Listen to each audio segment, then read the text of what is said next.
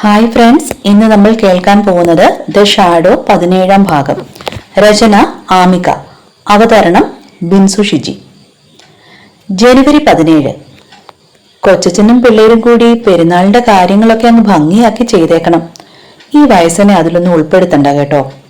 വലിയച്ഛന്റെ വാക്കുകളിൽ ഒരുതരം ഒഴിഞ്ഞു മാറലുണ്ടായിരുന്നു.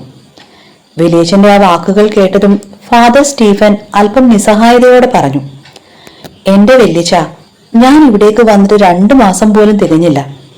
ഇവിടുത്തെ ചങ്ക് പിള്ളേരെ അല്ലാതെ വേറെ ആരെയും എനിക്ക് അങ്ങനെ പരിചയമില്ല. പിന്നെ അങ്ങനെയുള്ള ഞാൻ എന്നെ സെറ്റാക്കാനാ? എടാ കൊച്ചേ, നീ അങ്ങ് നിന്നു കൊടുത്താൽ മതി. ബാക്കി നമ്മുടെ പിള്ളേരങ്ങ് കേറി മേഞ്ഞോളൂ. നിനക്ക് അവരെ അറിയാൻ പാടില്ലാഞ്ഞിട്ടാ അല്ലടാ മക്കളെ? വലിയച്ഛൻ ചിരിയോടെ ചോദിച്ചു. പിന്നെ അല്ലാതെ. അച്ഛൻ എന്നതാ ഞങ്ങളെപ്പറ്റി കരുതിയത്? അച്ഛൻ ഞങ്ങളുടെ കൂടെ നിന്നു വന്നാൽ മതി, ബാക്കിയൊക്കെ നമ്മളങ്ങ് പൊളിക്കും. പള്ളിയിലെ കുസൃതി കുടുക്കുകളായ മിടുക്കന്മാർ ആവേശത്തോടെ ഏറ്റുപിടിച്ചു. അവരുടെ പിന്തുണ ഫാദർ സ്റ്റീഫന്റെ മുഖത്തൊരു ചെറുചിരി വിടർത്തി. എങ്കിലും ഒരു മുൻകരുതൽ എന്നോണം സ്റ്റീഫൻ അച്ഛൻ ഓർമ്മിപ്പിച്ചു, ഡാഡാ, കഴിഞ്ഞ പ്രാവശ്യം പൊളിച്ചതുപോലെ പത്രോസിന്റെ ഷാപ്പിലാവരുത് കേട്ടോ. അത് കേട്ടതും അവിടെ ഉണ്ടായിരുന്നവർ ഒന്നടങ്കം ചിരിയിൽ മുഴുകി. ആഹാ, അത് പറഞ്ഞപ്പോഴാ ഒന്ന് ഓർത്തത്. ഞാൻ കഴിഞ്ഞ ശനിയാഴ്ച ആ ഷാപ്പിന്റെ ഭാഗത്തുകൂടി ഒന്ന് പോയിരുന്നു. എന്റെ അച്ചോ, കാലം പോയ പോക്കേ. ചെക്കന്മാരൊന്നുമല്ല ഷാപ്പിലിരുന്ന് അടിക്കുന്നത്, 1 തരം പെങ്കൊച്ചുങ്ങളാണ്. എന്നാ അടിയാ അവരടിക്കുന്നത്?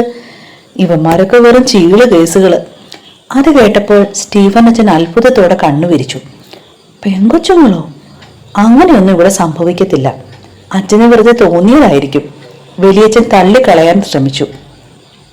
അപ്പോൾ കൂട്ടത്തിൽ ഒരുത്തൻ അവസരം മുതലെടുത്ത് പറഞ്ഞു, ഒന്നുമല്ല വല്യച്ഛ, നമ്മുടെ സക്രിയ സാറിന്റെ മോളും പിന്നെ കുറച്ച് തലതെറിച്ച പെണ്ണുങ്ങളും എല്ലാം കൂടി കഴിഞ്ഞ ദിവസം ഷാപ്പിൽ പോയി ആകെ മൊത്തം സീനാക്കി. അച്ഛൻ എന്തായാലും സക്രിയ സാറിന്റെ മോളെ ഒന്ന് ഉപദേശിക്കണം, മൊത്തത്തിൽ നാണക്കേടാ.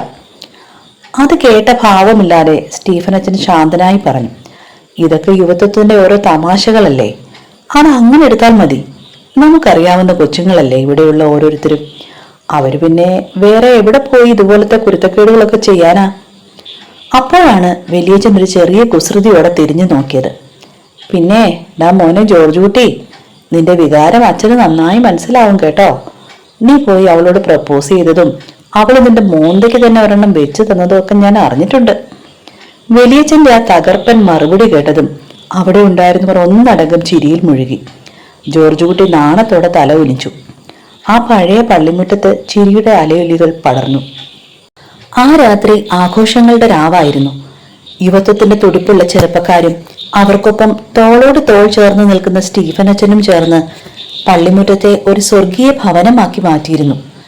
അപ്പോഴാണ് അല്പം കീറിയ മുണ്ടും കറ പിടിച്ച ഷർട്ടും ധരിച്ച് ചുണ്ടിൽ മുറുക്കാന്റെ ചുവപ്പുമായി പത്രോസ് അങ്ങോട്ട് വന്നത്. വരവിലും നടപ്പിലും എപ്പോഴും ഒരു പ്രത്യേക ശൈലിയുള്ള പത്രോസിനെ കണ്ടതും അച്ഛൻ ചിരിയോടെ കൈവീശി. അച്ഛൻ തിരക്കാണോ? പത്രോസ് മെല്ലെ ചോദിച്ചു. അല്ല, ആരിത് പത്രോസോ? സത്യം പറയട്ടെ, തിരക്കൊന്നുമില്ല.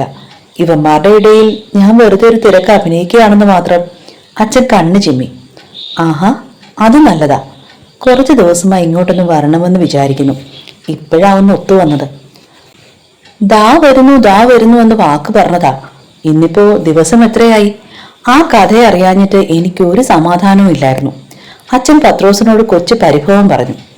എന്റെ അച്ഛ, ഓരോരോ തിരക്കുകളല്ലേ. എന്റെ തിരക്കുകളല്ലേ ഈ നാടിന്റെ അന്ത്യസന്തോഷങ്ങൾ.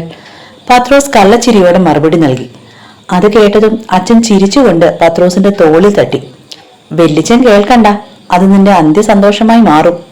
പത്രോസ് ഒന്ന് വിറച്ചു. ശേഷം പതുക്കെ പറഞ്ഞു, അതും ശരിയാ. എന്നും ഓർക്കും ഇവിടെ വന്ന് അച്ഛനെ കാണണമെന്ന്. ഇന്നിപ്പോ ഷാപ്പ് തുറന്നില്ല, അതുകൊണ്ട് പിന്നെ ഇന്നത്തെ ലഹരി ഇവിടെ ആക്കാമെന്ന് വെച്ചു. അതെന്താ ഷാപ്പ് തുറക്കാത്തത്? നാടിന്റെ അന്ത്യസന്തോഷം വേണ്ടതാണോ? അച്ഛൻ അത്ഭുതം തോന്നി. എന്റെ അച്ഛ, അച്ഛൻ പറഞ്ഞത് തന്നെയാ കാര്യം. എന്റെ അന്ത്യസന്തോഷമാകണ്ട എന്ന് കരുതി വെല്ലിച്ചന്റെ പ്രത്യേക ഓർഡറുണ്ട്. പള്ളിപ്പെരുന്നാളിന്റെ സമയത്ത് ഷാപ്പ് തുറക്കരുതെന്ന്. അനുസരിക്കാതിരുന്നാൽ അച്ഛൻ സെമിത്തേരിയിൽ പുതിയ കുഴി വെട്ടാൻ ആളെ ഏർപ്പാടാക്കും. എന്തിനാ വെറുതെ? എന്നാ പിന്നെ 2 ദിവസം റെസ്റ്റ് എടുത്തേക്കാന്ന് ഞാനും കരുതി. ഇനി അച്ഛന് തിരക്കാണെങ്കിൽ ഞാൻ പോയിട്ട് പിന്നെ വരാം. പത്രോസ് തന്റെ വികൃതമായ ശൈലിയിൽ ഒന്ന് വണങ്ങി.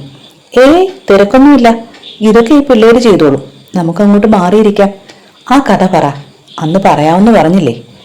കൊച്ചച്ഛന് ആ കഥ കേൾക്കാൻ എന്തെന്നില്ലാത്ത ആവേശമായിരുന്നു. പത്രോസ് അത്ഭുതത്തോടെ അച്ഛനെ നോക്കി. എന്നതാ അച്ഛാ, എന്നാ ആവേശമായത്? ഇങ്ങനെയുണ്ടോ വൈദികര്?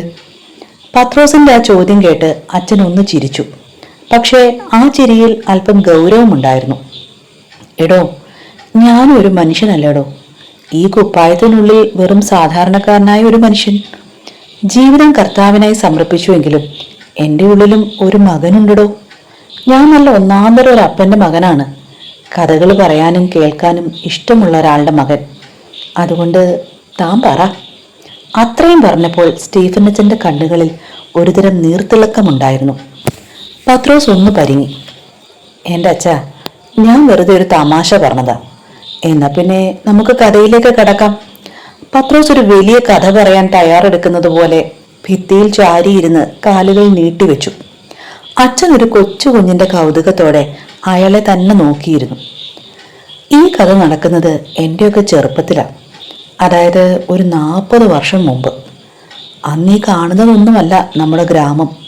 വല്ലാത്ത പട്ടിണിയും പരിവട്ടവും ഒക്കെ ആയിരുന്നു. ഇതൊക്കെ ആയിരുന്നുവെങ്കിലും ആ കാലം എത്ര മനോഹരമായിരുന്നു എന്നറിയാമോ? പത്രോസ് ഒരു നിമിഷം കണ്ണടച്ചു. പ്രകൃതിയുടെ ചൂടും ചൂരും അറിഞ്ഞുള്ള ജീവിതം, നാടും നാട്ടുകാരെയും അറിഞ്ഞുള്ള ജീവിതം. വലിയ കോൺക്രീറ്റ് കെട്ടിടങ്ങളൊന്നുമില്ലെങ്കിലും ഓലമേഞ്ഞ കുടിലുകൾക്കുള്ളിൽ ഞങ്ങളുടെയൊക്കെ ജീവിതം സ്വപ്നസുന്ദരമായിരുന്നു. എങ്ങും പച്ചപ്പ് നിറഞ്ഞു നിൽക്കുന്ന പ്രകൃതി, തെങ്ങുകൾ, നെൽപ്പാടങ്ങൾ, എവിടേക്ക് നോക്കിയാലും കണ്ണിന് കൗതുകമായ കാഴ്ചകൾ മാത്രം. ഗ്രാമത്തിലുള്ള എല്ലാവരും ഒരുമിച്ച് കളിക്കുകയും ഉല്ലസിക്കുകയും ചെയ്തിരുന്ന ഒരിക്കൽ കൂടി അവിടേക്കൊന്ന് തിരികെ പോകാൻ പറ്റിയിരുന്നെങ്കിൽ. പത്രോസ് ചേട്ടൻ ഒരു നിമിഷം നിശബ്ദനായി പഴയ ഓർമ്മകളിൽ ലയിച്ചു. അച്ഛൻ അക്ഷമനായി. എന്റെ ചേട്ടാ, അതൊന്നുമല്ല എനിക്കറിയേണ്ടത്. ജയദേവന്റെ കഥ പറ. ഒന്ന് ക്ഷമിക്കച്ചാ, ഈ ഗ്രാമത്തെപ്പറ്റി പറയുമ്പോൾ ഇതൊക്കെ പറയണം. എന്നാലല്ലേ കഥ കൺമുന്നിൽ കാണും പോലെ പറയാൻ കഴിയൂ. പത്രോസ് ഒന്ന് ഗൗരവം നടിച്ചു. ഞാനും ജയദേവനും അവൻ്റെ അമ്മാവൻ്റെ മകൾ കുഞ്ഞുലക്ഷ്മിയും അവളുടെ കൂട്ടുകാരി അന്നക്കൊച്ചും ഞങ്ങളെല്ലാവരും ഒന്നിച്ചായിരുന്നു സ്കൂളിൽ പോയിരുന്നത്. ദേ അപ്പുറത്ത് കാണുന്ന ഇവന്മാരെ പോലെയുള്ളൊരു കൂട്ടുകാർ. അത് പറയുമ്പോൾ പത്രോസിയേട്ടൻ ഒന്ന് പുഞ്ചിരിച്ചു. അവൾ അന്നക്കൊച്ച്. അവൾക്കന്ന് ആകെ ഒരു വല്ലാത്തൊരു തിളക്കമുണ്ടായിരുന്നു. ജയദേവനാണെങ്കിൽ അവളോട് സംസാരിക്കാൻ എപ്പോഴും ഒരു അവസരം നോക്കി നടക്കും. അന്നതൊരു വലിയ കുറ്റമായിരുന്നല്ലോ അച്ഛാ. ജയദേവൻ ഒരു പ്രത്യേക സ്വഭാവക്കാരനായിരുന്നു. ആർക്കും എളുപ്പത്തിൽ പിടികൊടുക്കാത്ത പ്രകൃതം. അവനൊരു ചിത്രകാരൻ കൂടിയായിരുന്നു. മണ്ണിലും കരിയിലയിലുമൊക്കെ അവൻ ചിത്രങ്ങൾ വരച്ചുണ്ടാക്കും. പക്ഷേ ആ കഴിവ് ആരും തിരിച്ചറിഞ്ഞില്ല. ആരുടെയും ശ്രദ്ധയിൽപ്പെടാത്തൊരു ലോകത്തായിരുന്നു അവൻ ജീവിച്ചിരുന്നത്. അവനാകെ ഉണ്ടായിരുന്ന കൂട്ട് ഞാനും പിന്നെ ഈ അന്നക്കൊച്ചും മാത്രമായിരുന്നു. പത്രോസ് പകുതിക്ക് വെച്ചു നിർത്തി. അച്ഛൻ്റെ മുഖത്തേക്ക് നോക്കി. ആ കഥയുടെ ബാക്കി കേൾക്കാൻ സ്റ്റീഫനച്ചൻ ശ്വാസം അടക്കി പിടിച്ചിരുന്നു. തുടരും. അടുത്ത ഭാഗവുമായി കാണും വരെ ബൈ ബൈ. Stay safe.